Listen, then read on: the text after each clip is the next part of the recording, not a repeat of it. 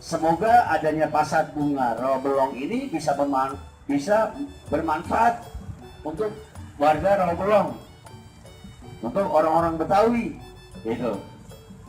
Tapi memang Pak Lurah tolong juga dijaga di depan. Saya tidak mau lagi ada lihat pedagang kaki lima di depan, karena di trotoar itu tanggung jawab kita. Di depan pedagang saya tidak mau lihat. Ini saya ingetin aja, kalau urusan penindakan perda saya juga tidak mau main-main, karena itu menyangkut masalah keindahan pasar bunga Rawabelong ini gitu.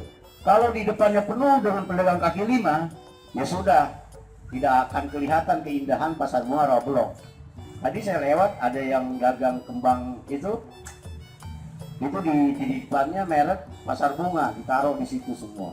Tolong diingetin security-nya, yang pedagang itu kalau bisa tarik ke dalam ya, jadi di depan ini biar kelihatan indah.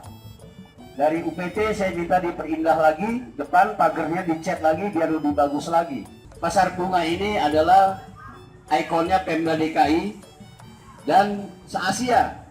Nih, se-Asia, saya sering di dalam itu lihat orang-orang asing pada belanja bunga, betul nggak?